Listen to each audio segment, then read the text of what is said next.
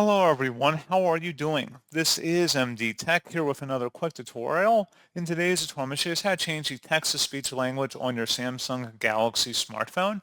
So this should hopefully be a pretty straightforward process here, guys. And without further ado, let's go ahead and jump right into it.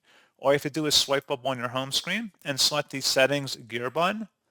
And then you want to scroll down and select under Accessibility, select the Accessibility tile.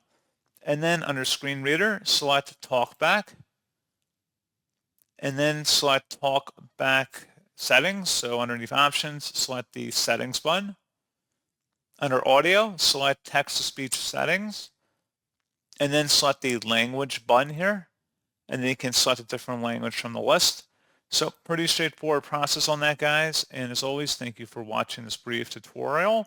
I do hope I was able to help you out, and I do look forward to catching you all in the next tutorial. Goodbye.